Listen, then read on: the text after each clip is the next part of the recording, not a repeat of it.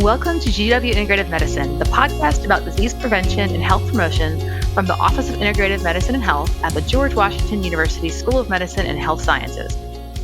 I'm Dr. Misha Kogan, an associate professor of medicine here at GW and medical director of the GW Center for Integrative Medicine. And I'm Dr. Lee Frame, director of the GW Integrative Medicine programs. Today, we're excited to talk to Kara Fitzgerald, ND, a leader in the field of functional medicine and author of several textbooks that have become Bibles for her specialty. Dr. Fitzgerald recently had a new book published for healthcare consumers, Younger You, Reverse Your Bio-Age and Live Longer Better.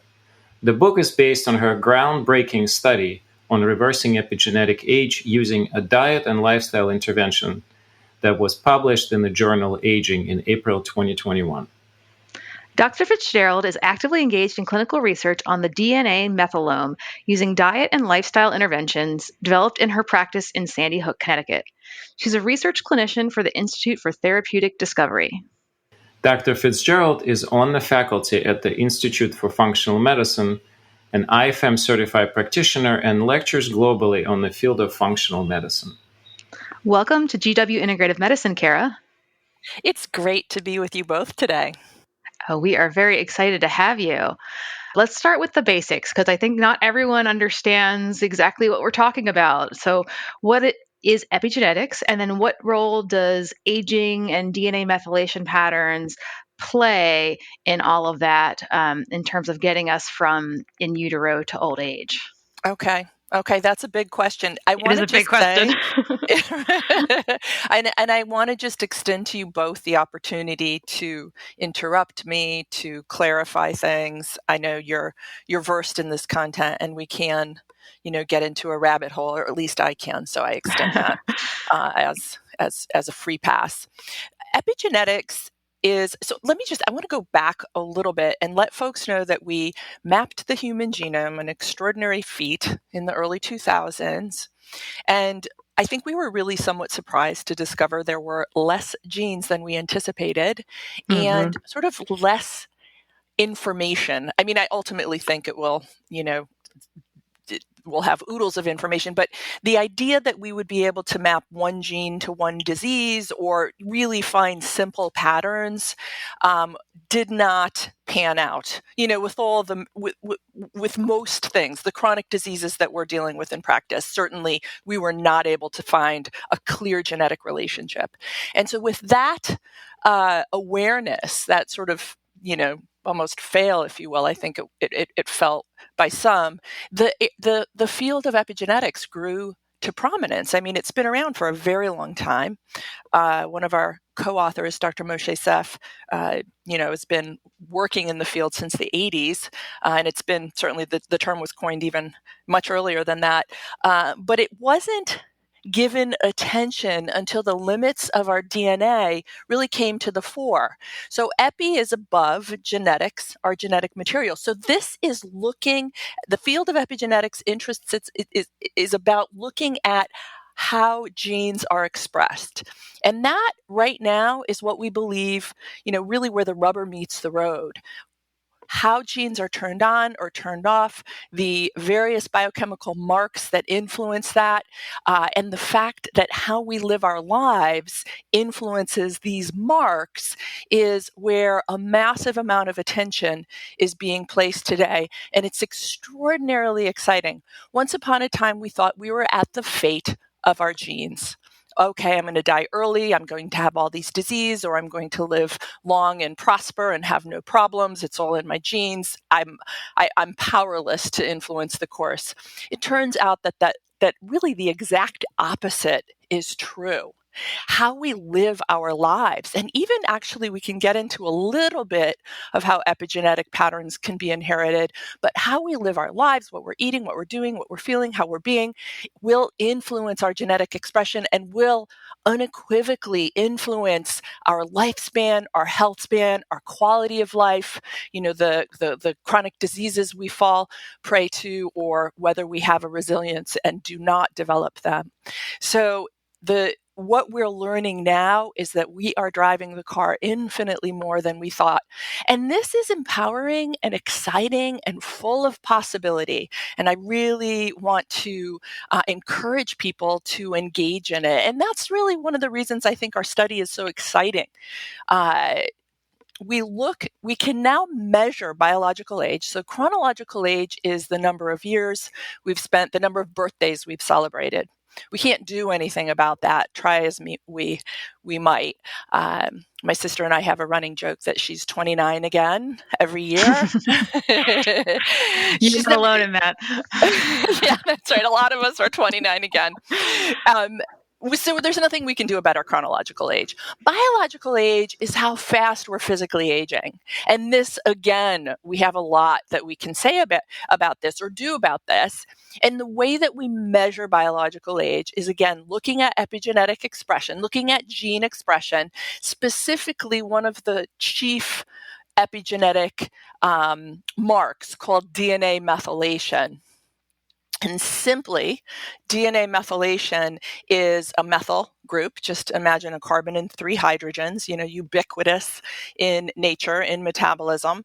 And when we place a lot of these, when the body places a lot of these methyl groups on the promoter region of a given gene, that gene is inhibited from expression. And conversely, when they are removed or not present, that gene is able to be turned on. And just extraordinary is the development of biological age clocks using DNA methylation patterns. The first one launched in 2013 out of UCLA, the laboratory of Dr. Steve Horvath, and now there are subsequent generation clocks. I mean, it's just a really exciting time that we can look at aging and, predict it from in utero to, centenarians by looking at these patterns of gene expression. And so now that we can do that, we're able to test interventions and how they can influence biological age. And, we're sitting right there with the first diet and lifestyle program. And so I want to just hush for a minute and turn this back over to you and see what kind of comments you guys have or questions. So first, I have to say, I love how you presented that we're not solely defined by our genes, because you're so right. So many people are like, well, I don't need to eat good because my grandparents lived till they were 100 and they didn't eat good. Well, it doesn't exactly work out that way. But in reverse, and this is the part that I find the most hopeful, if you're do have a history of disease, that doesn't mean you have to have disease, right? You can use these lifestyle tools to prevent yourself from getting that way. And to me, that's the most important thing that has come out of epigenetics. Absolutely. Absolutely. I mean, it is a movement of empowerment, and responsibility. With this power that we have over being in the driver's seat, of the quality of the life that we will have, there's a big responsibility in this. It's an extraordinary about face, from how we thought, just a matter of years ago. That's a great segue, I think, to the next big question. Kara, your new book, Younger You, which basically explains everything you just said and 10,000 times more, it feels like. I started reading this, and I'm about halfway through, and I realized I'm a geriatrician and I don't know half of all this calculators and all this stuff, and I'm like, oh my god. So and if I'm in the medical field, I can only and integrative medicine is what I do, and I'm interested in this. I can only imagine that like a regular physicians and patients who go to kind of a common doctors are really completely clueless about all this. And I think the timing of this book can't be any better. But maybe you can just describe to us a little bit about the study itself that triggered the book, and we'll go from there. Yes, absolutely. And, again, I want to give you a little bit of the backstory. So if it's too much, just don't hesitate to interrupt me. I started to, and I'm curious your thoughts on this also, Misha, but, I started to think about epigenetics. I'm a functional medicine physician by training, and therefore I've got my eye towards the whole person, or sort of a systems model. And I started to think about epigenetics I guess I would say I tussled with epigenetic papers somewhat reluctantly, maybe in about 2013. I mean, it's complex, I don't know if you've ever seen that cartoon where this terrified lecturer is being whispered at somebody's whispering in his ear saying, if you don't understand it, just tell them it's epigenetics or something like that. Right. It's a complex field. And I was somewhat reluctant, but more and more papers were crossing my desk. And DNA methylation, is a prominent epigenetic mark, and I just felt like I needed to drill down into them. And most of the papers in 2013 were oncology. As you know, the tumor microenvironment very efficiently takes over our genetic expression.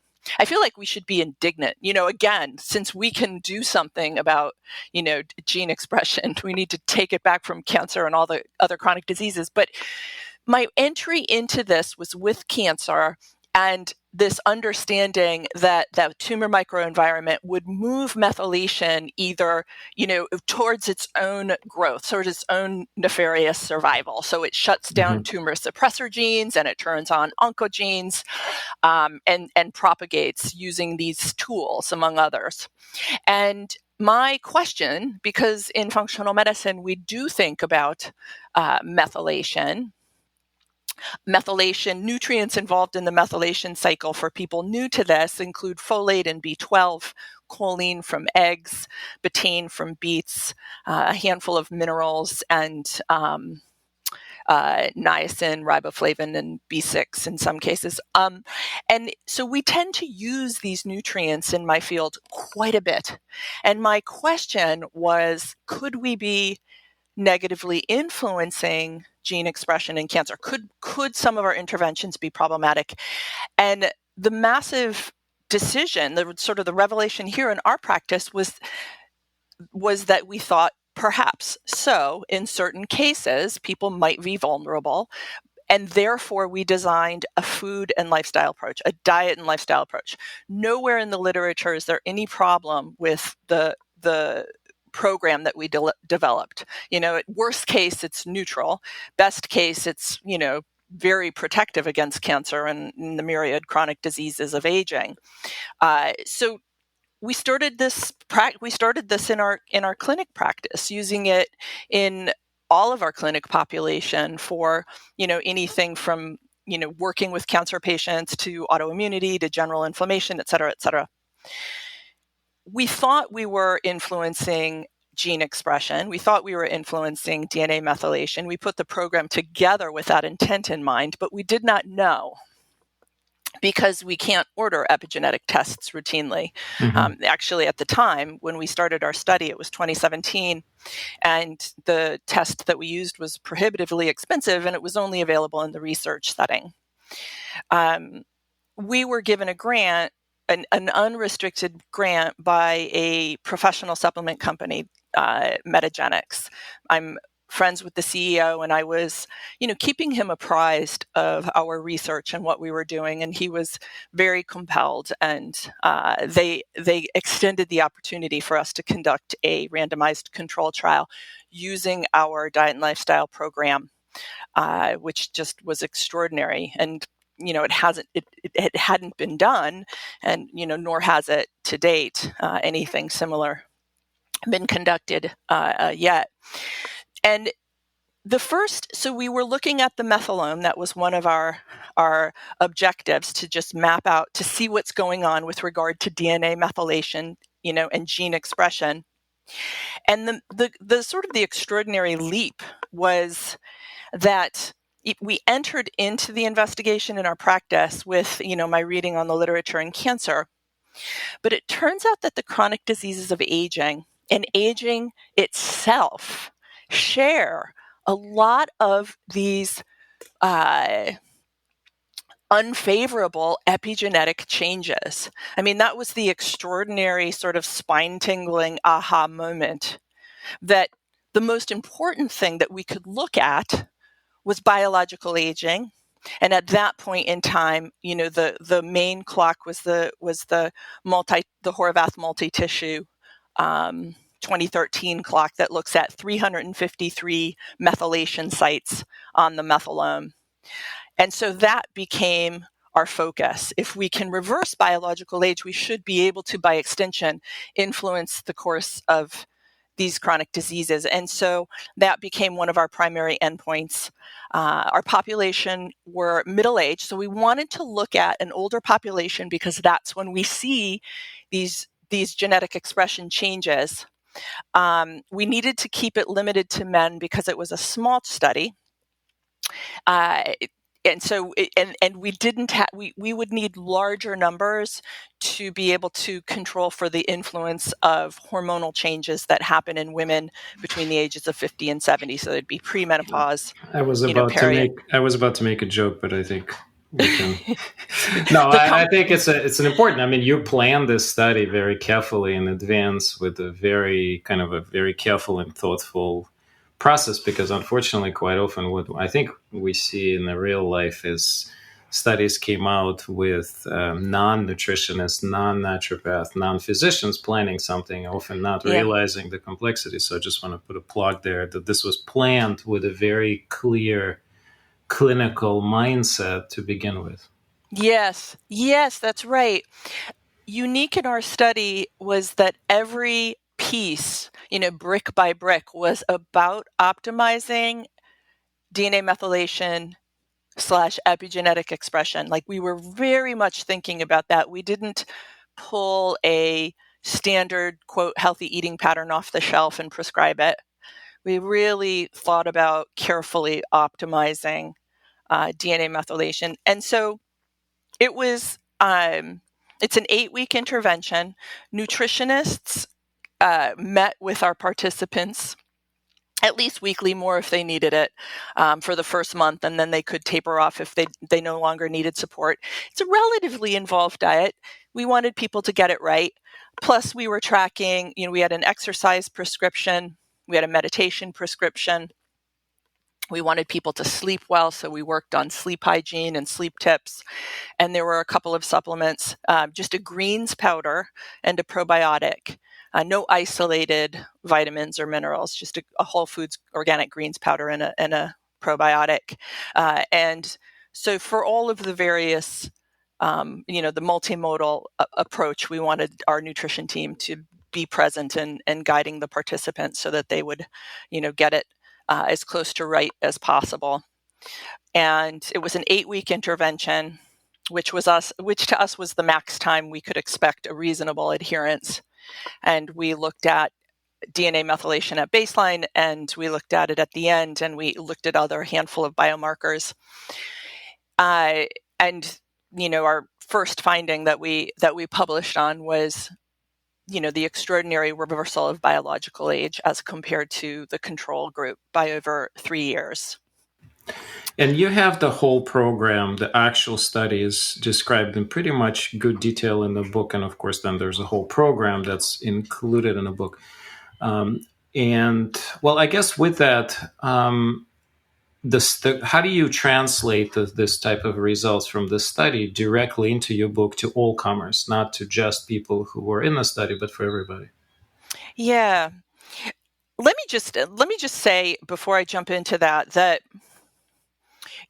you guys know in this field, and you being a gerontologist, know the spend on healthcare in this country. It's extraordinary. Absolutely. It's insane. Literally. Yes. It's just.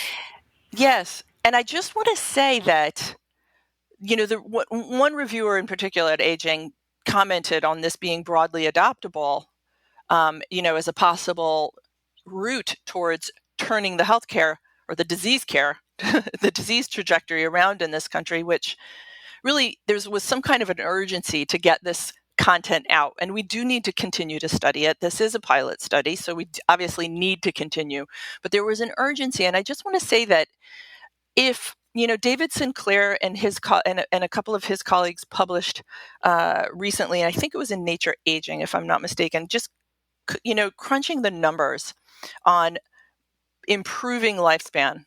And by 1 year, improved lifespan, they calculated a $38 trillion savings. It's astonishing that if we can move this at all. So our 3 years, if we could actually manifest this in the greater population, the potential for quality of life improvement and cost saving, just the whole thing, is mind-boggling. Yeah, I totally agree, Kara. And I think that obviously your program is designed very specifically, but even just small, moving people towards Yes. something like this would be vastly beneficial in terms of cost. So I think that's Yes. another way of looking at it too, is can we just get people moving in the direction of something more like Yes. this? Yes. Because your point about 8-week being about the limit, people are entirely adherent, and that's true. And because we live life, right? Like life is complicated, and always being very consistent about something, particularly when you have things like holidays or you're traveling, Sure. can be very Yes. difficult. But you don't have to be perfect to receive the benefits, correct? I don't believe so. And I can speak from our study population. They were not perfectly adherent. I think that they did a really good job. And I do think the nutritionist support, aided in that. Absolutely. Um, but they weren't perfect. Yeah, I know for sure in some of their reports that they were not perfectly adherent to it, but they did a really good quality job, and we still saw significant changes. Yeah, and even backing away from that, any step we make towards beneficial changes will influence our gene expression, especially if we can sort of develop habits that we keep. And just going back to Misha's earlier question, so yes, our study was limited to men in middle age, and is this broadly, can we extend this program beyond that population? And I would say that our clinical experience is an emphatic yes. So we've used this across the board, from kids to preconception nutrition, even pregnancy. And I talk about that in the book. So eating for gene expression through the life stages, and how we might think about this, and the tweaks that we might make. So certainly anecdotally, and through years of applying this in clinic practice, and my own experience and the experience of my daughter, and me just paying attention to my biological age, and I follow the structure of the program.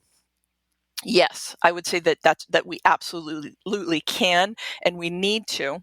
And we do have IRB approval, and I can talk about that later. So we are, recruiting for a participant-funded study that will happen through an app that we've developed. So we'll continue to crunch these data, use in a broader population, and look and see what we find. So it's all very exciting.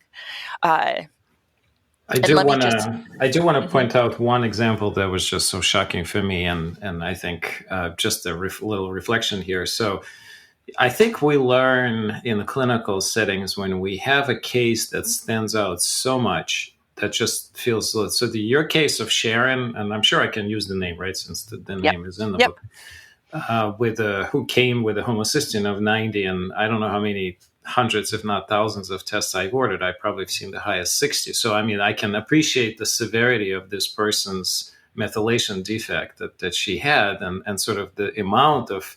But what was shocking, you didn't give her much of, high dose of folate or anything to just kind of treat her and get her into a borderline, basically normal range, with just the modification of lifestyle. I just find it fascinating. And I think that's how we kind of learn. I remember I had a first case. We running this mindfulness-based stress reduction program routinely, and I had just randomly checked one patient's cholesterol before and after, and LDL went down from 160 to 110. And I was like, wait a second, what just happened here? We're not taught to believe things like this. But when they happen, they really push us hard into saying, wait a second, the power here is so profound that we got to speak about it. And I'm glad you put the case like this, and there are many others in the book to illustrate the power. Thank you. Yeah, I appreciate that. Yes, it is. The fact that a diet and lifestyle program can influence biological age so favorably in a pretty short period of time has to underscore how important diet and lifestyle are. I And going back to meditation, Misha, I mentioned in the book and in the paper, I was blown away at the fact that in the biological age clock that we used, a full 25% is devoted to glucocorticoid response elements. And so these are upregulated at the behest of stress, at the behest of cortisol, basically. So these are so the take home of this is that, to me, aging is potently driven by stress. And I think that the clinical evidence bears that out. Stress is gasoline on the fire of aging. It's in such an exquisitely potent way. Like a full 25% of this biological age clock is devoted to the stress influence. There's no other variable influencing the clock as much as the stress influence. And we can look at stress through the lifespan and see its influence on the chronic diseases of aging. I mean, it's just very, very clear. And likewise, and heartening for me, is that we can see meditation and Tai Chi and yoga and, good healthy practices being longevity promoting. Practiced meditators are biologically younger, period. But the cool thing about this is that even one meditation experience can favorably change genetic expression, which is very heartening. We don't all have to march up to the mountaintop and into the monastery to yield these benefits.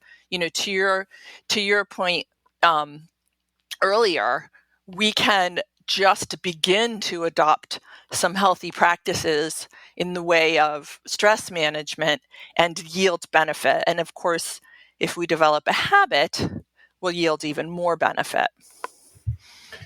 So I think it's also a perfect segue into sort of what I do. I mean, I'm a geriatrician by training. I think half of my population, really old, they're over 75 with many different conditions on tons of medications.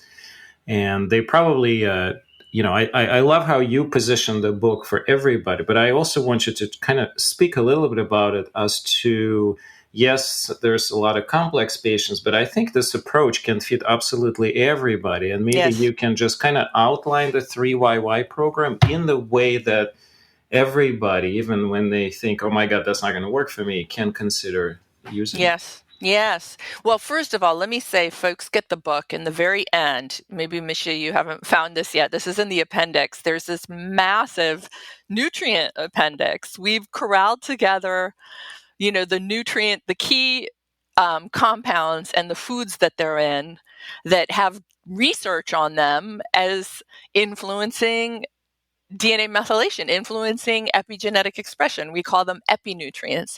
So there's this 30-page appendix that I would say any human on the planet could highlight 12 foods that they're probably already eating. So we could hold the branch down pretty low and say, all right, folks, just look at the appendix. Are you eating blueberries? Are you using a little bit of rosemary in your cooking or thyme? Do you like colorful, peppers, red peppers, green peppers, etc.? I mean, there are just so many beautiful foods that are available to us that influence genetic expression in a beneficial way. And so we can simply start there. It's not just food as medicine, it's food is medicine, literally. Yeah, that's right. Amen. I knew you would say that. And I think what's cool about our approach is, the diet is low glycemic. It's a little bit keto leaning. It's higher in fat. It's certainly probably, the macronutrient patterns and the structures are similar to what a lot of us know as a healthy eating pattern. The sweet spot of this that's different is that we lean on these epinutrients. And so I would just say that could be an easy entry point into adopting some of these principles. So we want to, as we age, we don't methylate as effectively. Then we see homocysteine go up, to your point. So we want to be bathing ourselves in methyl donors. We want to help methylation forward. You can do this with greens. You can do it with eggs. You can do it with beets.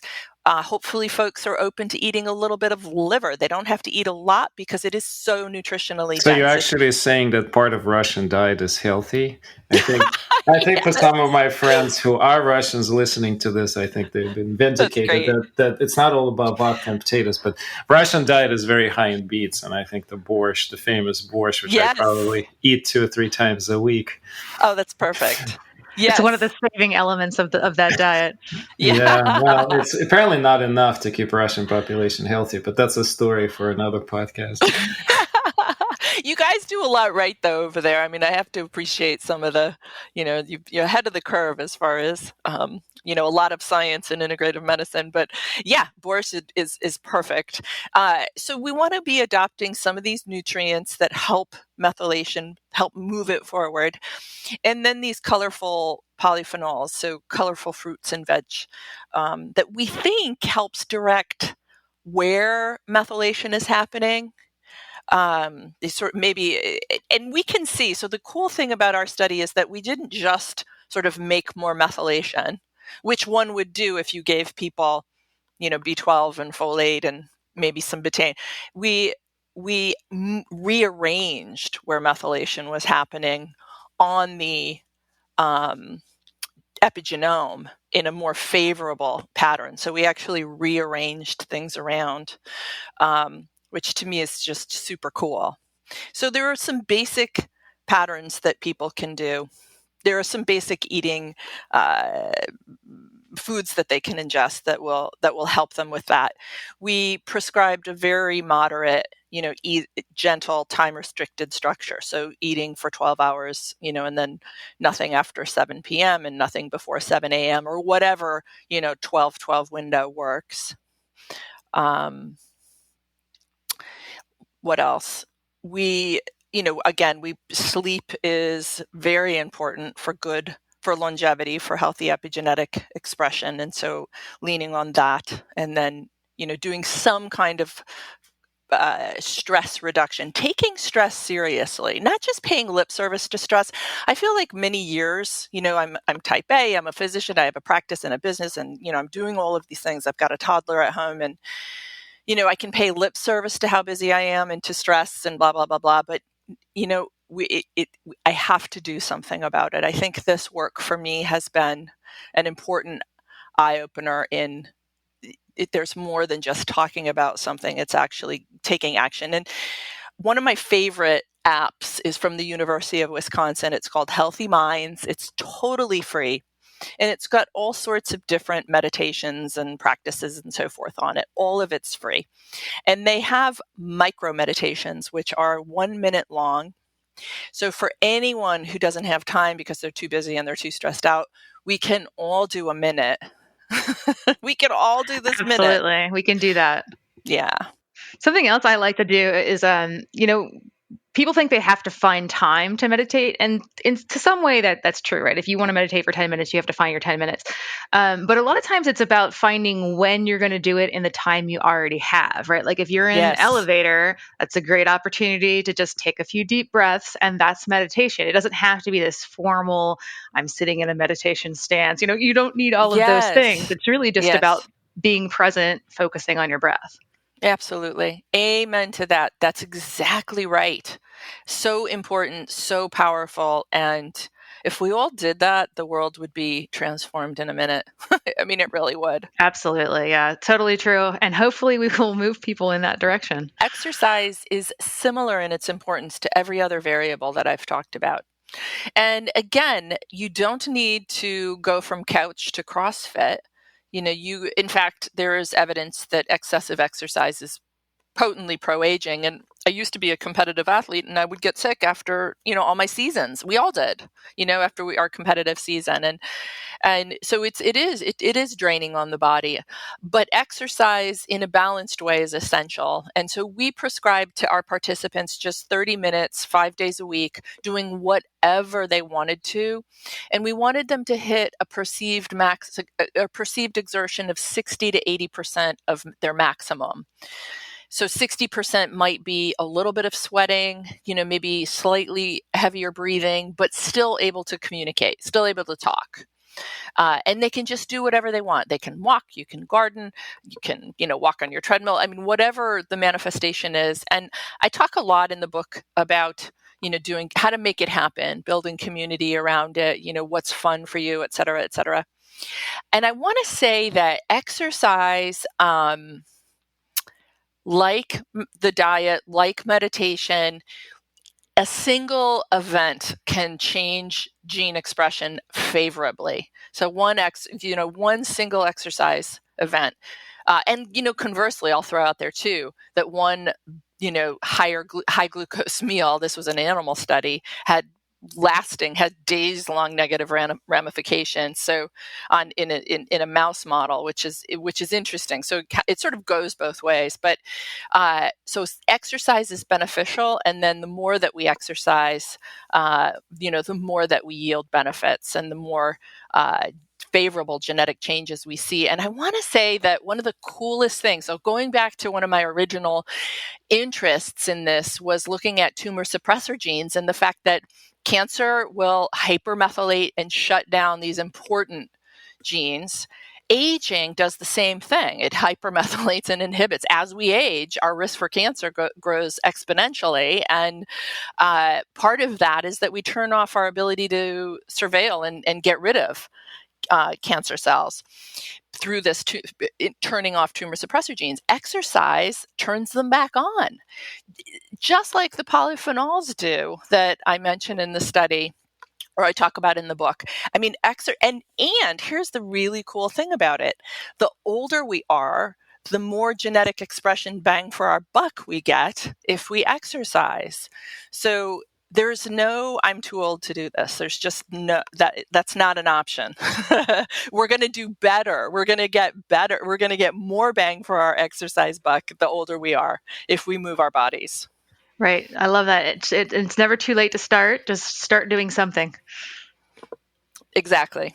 That's right. And you're going to get more bang for your buck. So not only is it never too late to start, but you're going to get more, than the young whippersnappers at the cross gym. We love that. So one of the things that you mentioned that really resonated with me, you mentioned about how they met routinely with nutritionists, and in the literature, one of the largest correlates for success in any diet or lifestyle intervention is the number of touch points with a support system. And so I wonder how much of that played into this, and then what role you think health coaching might play for people trying to implement something like this. Yes, that's such a good question. One of the guys that helped with our biostatistics thinks that our entire success was due to the nutritionists. And you know what? Fabulous. I'm sure they'd love to hear that.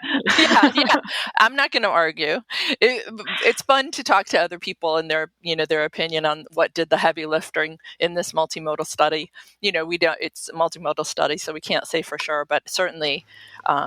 As a physician on call, I'm actually happy to hear this. I'm not afraid of saying yes, because it often feels like, when we're trying to do this work in 10-minute visits, it just feels ridiculous. And I'm the one who sees this day to day, and I realize how impossible it is for a current medical model to do this unless the coaching and nutritional component is fully embraced, fully covered, and fully incorporated. Yes. Sorry, I had to interrupt there. You're absolutely right.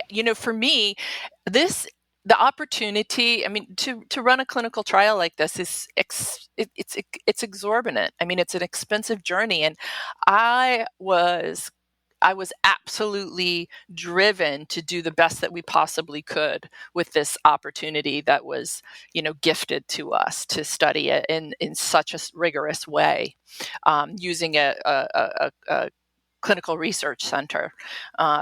So I knew that we needed guidance. The research, in integrative medicine, when you look at nutrition research, it's a lot of it is garbage.